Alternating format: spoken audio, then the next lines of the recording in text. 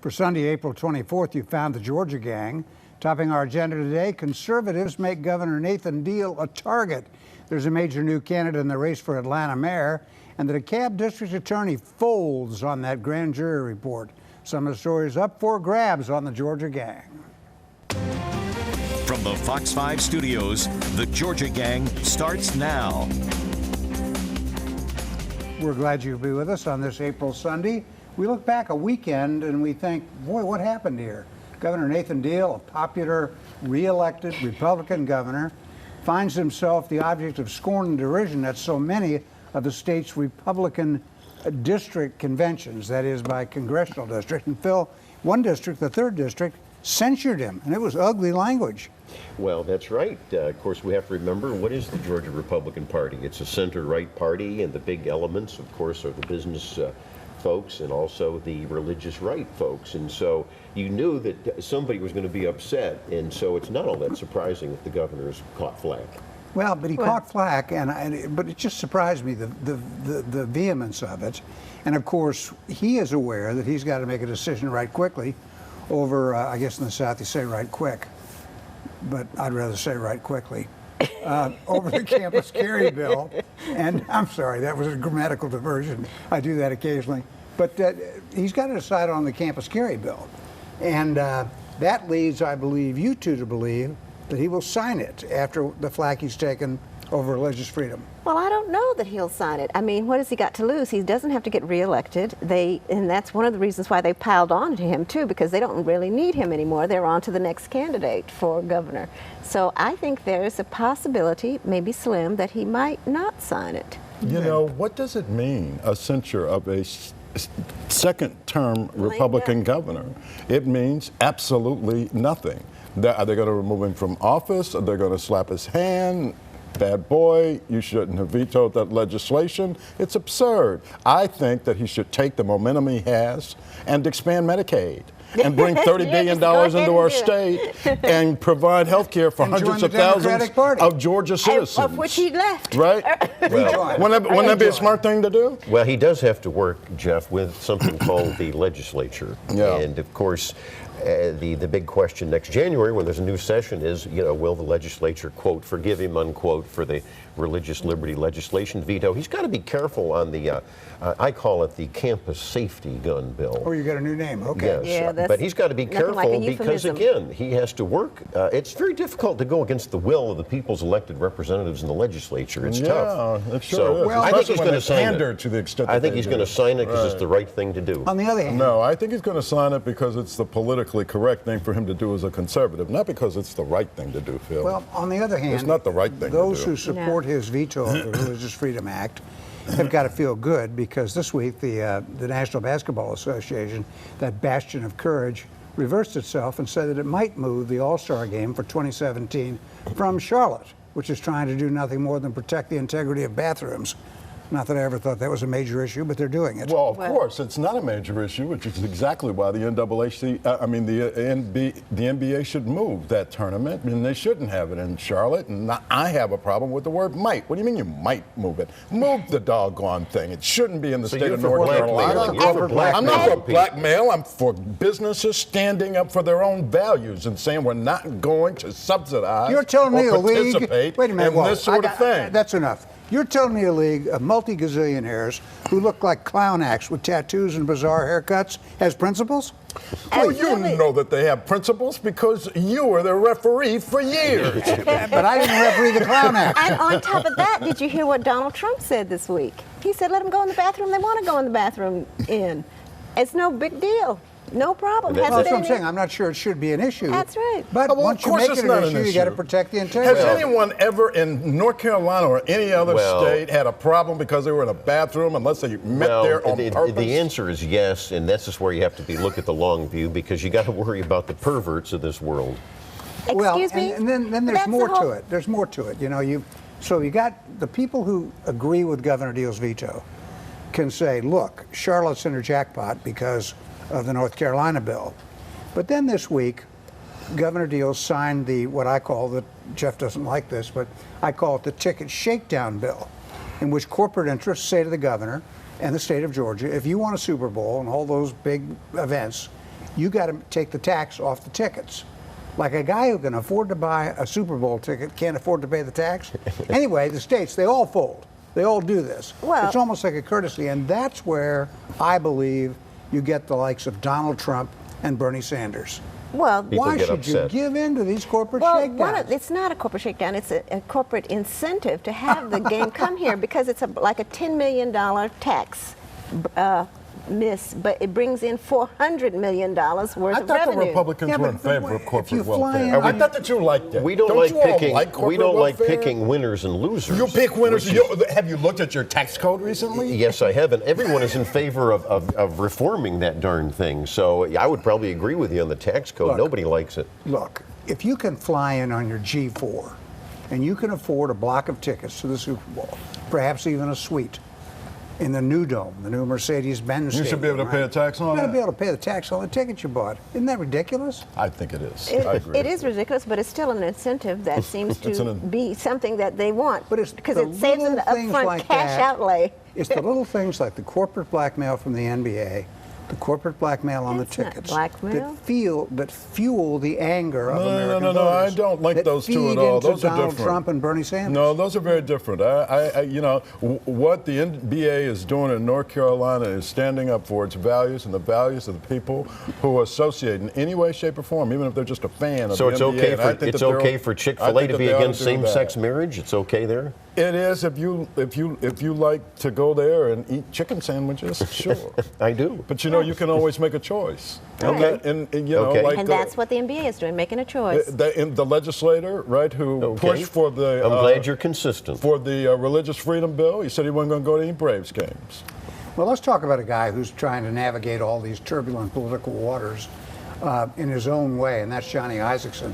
I noticed this week that Georgia's senior senator passed a bill through the Senate that would rein in the IRS from using its computers to clamp down on conservative political groups, keep the IRS out of politics. And it made me wonder, sure, Johnny Isakson's right, that's the right thing to do. Phil, whatever happened to the investigation of the IRS? And Well- Lois Lerner and all those other crooks? Well, no What one- happened to the missing emails and all that? Like a lot of things in the Obama administration, it just gets Wait a shoved minute, this down in was the a memory hole. congressional Well, let me investigation. finish. Let me finish answering, and then you can have your turn. But I think it's appalling that this has been going on for years now. And you're right, Lois Lerner hasn't been punished. Even a lot of Democrats have asked questions. We don't want political favoritism. It works both ways too. It does. Well, it's a two-sided coin. That's That's right. exactly right. But it's just amazing that Johnny has to pass this bill sort of almost retroactively. By the way, Johnny Isaacson does have a Democratic opponent. His name is James, gosh, I hope I got Barksdale. this right. Barksdale. I get it confused with that POW from Vietnam, but this guy, the local financial guy, James Barksdale, it's interesting. He's raised $17,000. Some of his own, but $17,000, and he's loaned his campaign $1 million.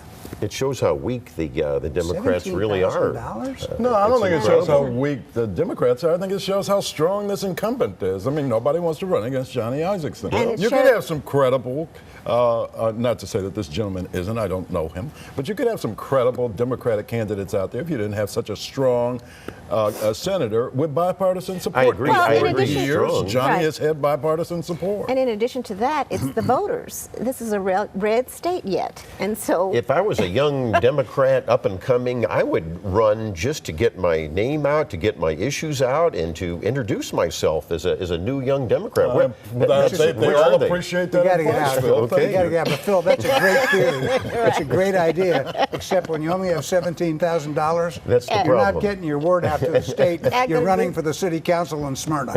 All right. When we come back, a major new mayoral candidate in Atlanta. Stay with us. Have a question or comment for the Georgia Gang? Visit their website at fox5atlanta.com. Sometimes we argue among ourselves about putting the cart before the horse. Here we have the May 24th Georgia primaries with several important races. And we don't really have city elections in Georgia until 2017. But the Atlanta mayor's race is an important one as Kasim Reed's term ends. And this week, a major new candidate got into the race. His name is Peter Amon, and he's the former chief operating officer of the city. Jeff, I think you know him pretty well. He comes from a corporate background, a consultant for Bain and Company. Yes. And he did help Kasim Reed straighten out the books when Kasim Reed succeeded Shirley Franklin. You know, when he came, well, first of all, he was part of the Franklin administration and was on loan from his consulting firm and ended up joining the Reed administration and stayed there for several years during the first term. And, you know, he's a very highly regarded individual who's out there, he's got his name out there, and I think that he is going to be a strong and credible candidate. There are an awful lot of candidates in this race.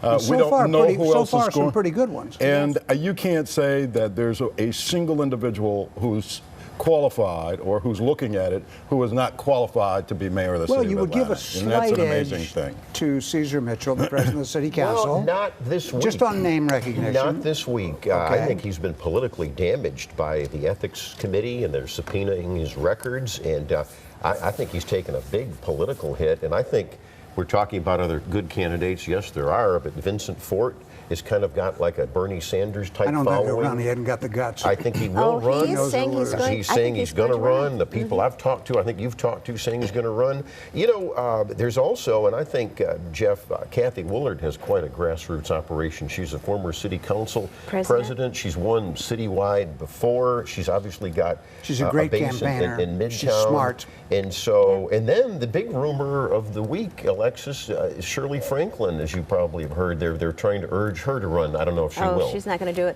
But It all comes down to the demographics. Yes, Excuse me, well, Alexis, that's where because we're it's a going. changing city. It's changing. Yeah, Well, the other registered person vote, who's being mentioned is the registered vote is 50-50. I looked it up, and so that's kind of what we're looking as at. they would say somewhere else in the real world, oh, you mean between Republican and Democrat? 50-50? Between No, black no, and no. white Black and registered white. voters. Right. We have different politics in the city of Atlanta. Right. We don't do what they do in Kansas, Missouri, Ohio, and the rest of this great nation. 50-50 means something totally different, right?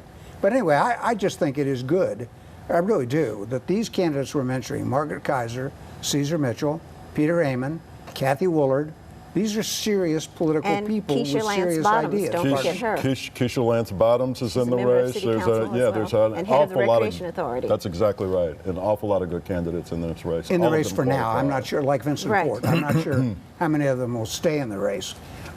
Meantime, there are reports that Kasim Reed's vaunted 2,000 police officers is a bit of a mirage. Apparently attrition, the city admits that attrition has knocked the number down to about 1,900, including those in training, which could bring it back up to 2,000. But that attrition you've spoken about, Phil, is causing problems with the pension fund. Well, that's exactly right, and of course that's one of Kasim Reed's signature achievements is pension reform in the city, and well done.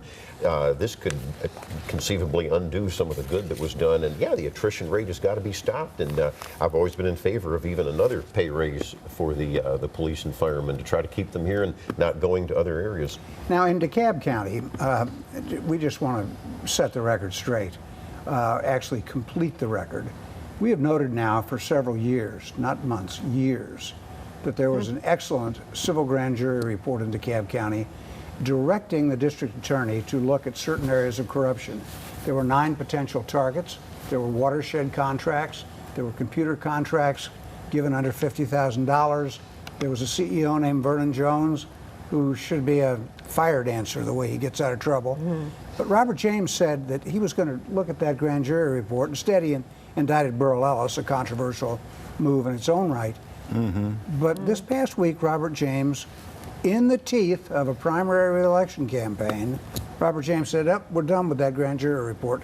Couldn't make a thing out of it." Yeah, Swell. Right, exactly right. And so with this DA, it's political move after political move after political move. You cannot separate that announcement that he's not going to do anything with those, with the grand jury report from the fact that you're 4 weeks out from an election. They are connected. There's no question about it. And what do you do about all these people who are on this list and on the hook, their reputation's up in the air for 4 years? It was 4 years, took huh? 4 years for you to say that you're not going to as one of them said to me in an email last week, where do I go to get my reputation back? Yeah, that's a famous right. line from the Reagan Well, administration. and Jeff is making a good point. It's appalling because we saw the Bowers-Hyde corruption report that was blocked by Lee May, the acting CEO. We know there's things out there, and then you're right. All of a sudden, he just washes his hands of it. All the Yeah. more reason, and I believe there's going to be a forum this week with Sherry Boston, and I think it's all the more reason for people to take a serious look at that campaign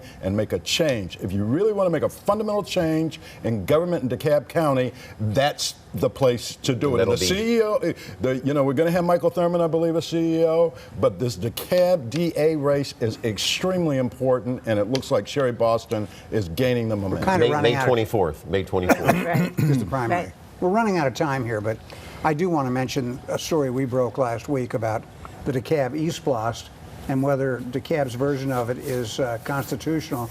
The school system did respond this week, Dr. Stephen Green sending out his lawyer's version of events, and he sent 5 different East Blasts from around the area for us to look at in comparison to what DeKalb proposes. Right. Remember, the issue is DeKalb is not proposing specific projects. DeKalb's proposal is 2 new schools in the Cross Keys cluster. I looked at the Cobb and Gwinnett proposals that Dr. Green sent out. They listed darn near every high school, middle school, and elementary I know school it, but in the you know, county. but There's a high degree of specificity. no. That's when you look at Senator Miller's letter, which we talked about on this show a week ago. It gave the distinct impression that there was no project list at all, and that Yes. and that DeKalb Well, I County don't call air schools were conditioning in a project violation list. of the law. Of course, it's on the project list, and of course, maintaining and refurbishing existing schools is part of the project list. And when you look at those other ones that they sent out, I think it's clear that many of them can be just as vague. Now, maybe the problem with DeKalb was with past East Blasts, they were so specific, school by school by school, and they didn't do that this time around. But this time, it looks like they're just mirroring Well, what but other Jeff- districts do. Jeff, I think- don't think that Senator Miller has a leg to stand on legally if he's going to challenge this. Oh, I don't know. DeKalb, as we know, has had the worst attorneys in the history, that school board, through the years. Come on. Good Lord, they're constantly dumping them. I mean, what a joke. Good point. I mean, anyway, my reading of the other SPLOSTs, specifically Cobb and Gwinnett, tells me DeKalb has not got a leg to stand on. When we come back, the lost race in Cobb County. Stay with us.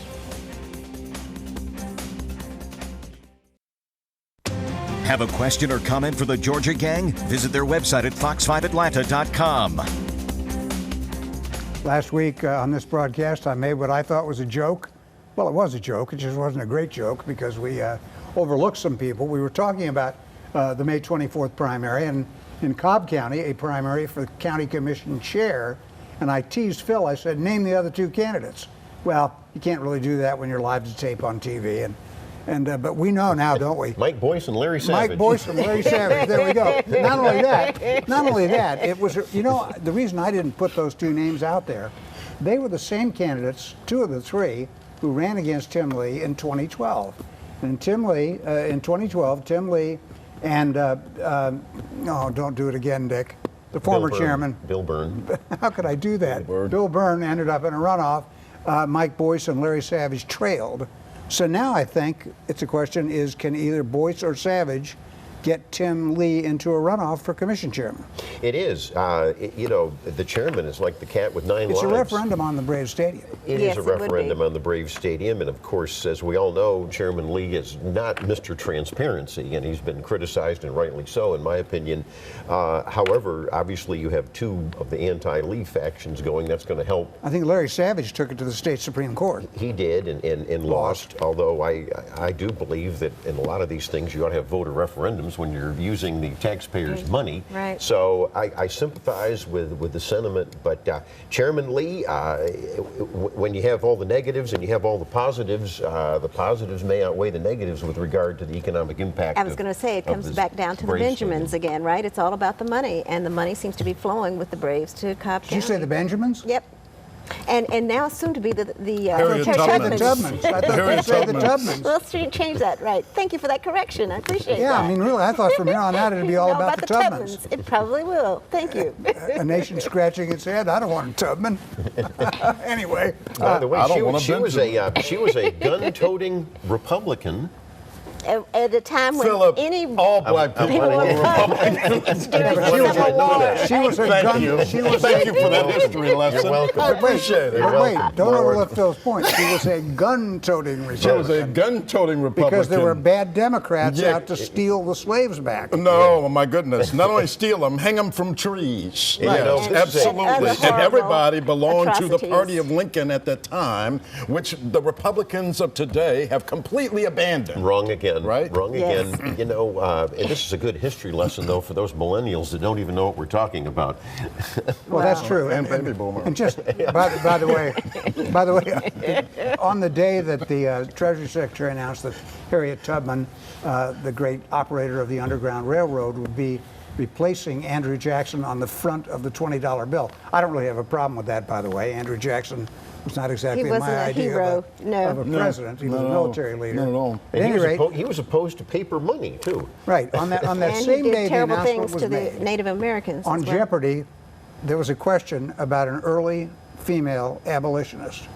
And my household shouted Harriet Tubman. That's right. Wrong. Well, Sojourner Truth. Sojourner Truth. There you go. Yeah. So what bill does she get on Sojourner Truth? I think maybe the 50. All right. We need a $25 bill, but we need that one, too. I really wish they hadn't tinkered with any of it.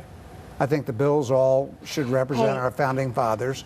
I can't defend U.S. Grant in that instance, but not Grant the man, but just he wasn't a founding But father. it all comes back to one of Maynard Jackson's favorite quotes: "New occasions teach new duties. Time makes ancient good uncouth." Move on. Next. Yeah. Whoa. That's good. I have to write So do we that put down. Prince on the back of a bill? What are you saying? All right. That could work. Not much to talk about in terms of national politics this week, and we don't have much time. Trump won New York. It's meaningless in my view. There were only 91,000 Republican ballots cast. 90 delegates isn't meaningless. That was Well, quite no, a I know, chunk of- but the point is, he lost Manhattan. Right. So he won every other I know, but district. I mean, so what? yeah, You'd but there lose were- Decatur if you There were ran 19 statewide. I would. There were 19,000 votes cast in the Republican primary in Manhattan. Ted Cruz got more votes in Wisconsin than Donald Trump got in New York. Right. Dick, and Hillary. he's the one that mathematically can get the first ballot if it's Donald Trump's to lose from I now agree. and June Right. 7th. And what was agree. significant about that was that it knocked Ted Cruz out mathematically did. from being able to It get Right. to did. 37. Yes, it did. And This Hillary week- Clinton got more votes than all three of the Republicans combined. She did. Yes, she Hillary did. did very well, but I tell you, Bernie Sanders continues to damage her. He's getting more and more shrill against Well, her. you know, I don't know if he's damaging her, but he sure is hanging in there Yes, a lot he is. longer He than is. a lot of people thought he would. The only thing that stops her right now is the FBI. That's right. And that's not going to happen. I wish That's the not gonna FBI we don't know. spent anywhere near the time and money they spent hiring consultants to hack an iPhone. Just spend some of that money on continuing this investigation into Hillary Clinton. Wouldn't that be political? We just accuse the IRS of doing that. Or the IRS. Yeah. Either one. I don't care. No, that would be- that'd be a 100 political witch hunt. They do have Yes, 100 thank agents you. on the Hillary Thank you. investigation. Well, they must be slow. All right. Oh, my goodness. When we come back, winners and losers. Gee whiz. Time now for the week's winners and losers. And we'll begin with you, Jeffrey. Thank you, Dick. Well, first of all, we're all mourning the death of Prince. And Yes. I was one of the lucky souls to be in the Fox Theater a Wow. week ago to see him. And you would never imagine the energy that he showed there, that he would be dead 10 week days later. later. Pretty amazing. But Alexis has got her purple on, and My I've got on a little tribute. purple, and we're all going to, and Phil thought he had on I- purple, but it's actually kind of blue. It's a little purple. colorblind in some matters. So anyway, Sorry, I didn't Prince is get the my memo. winner. Exactly right. Harriet Tubman, we mentioned. I think that's a terrific thing, especially replacing Andrew Jackson. So that's it. All right. All right. Alexis. Okay, and Ditto about Prince. Calvin Vismel Jr. is the new executive director of the Southern Regional Peachtree Street Project, which is part of Jesse Jackson's Rainbow Push program on Wall Street. And St. Jude's Recovery Center has broken ground on a new facility in Midtown on Pine Street. And the Georgia Center for Child Advocacy had its annual Changemakers Breakfast with Jenna Gwynn speaking. And she's the person who is responsible for Jenna's Law requiring education K through 12 on child sexual abuse. So Okay. it's a very important week. Can I do one more from the High Museum? Quickly. 2 shows people need to see. Anyway. Basquiat and also Vic Vic Muniz. Muniz. And also Eric Quarle, the children's illustrator. Wonderful shows. Go to the High Museum. Thanks. Philip. You know, got a loser very quickly. It was State Representative Tom Taylor of Dunwoody. He was arrested on a DUI a couple weeks back, and it was shocking. He actually blew almost 3 times the legal limit. He says he's getting counseling, and we hope he gets the help that he gets. And, you know, my winner, Joe Wilkinson, the state representative over in Sandy Springs, we have, as of Tuesday, a new official dog in Georgia, the Adoptable Dog. What? Adoptable rescue dog is what he's hoping, emphasizing the 2, and that's great for him. And as far as Tom Taylor, some news outlet claimed the other day to have an exclusive interview with Tom Taylor about 48 hours after it was online by the Dunwoody Crier. See you next week on the Georgia Gang. The opinions expressed in this broadcast are those of the panelists appearing in this program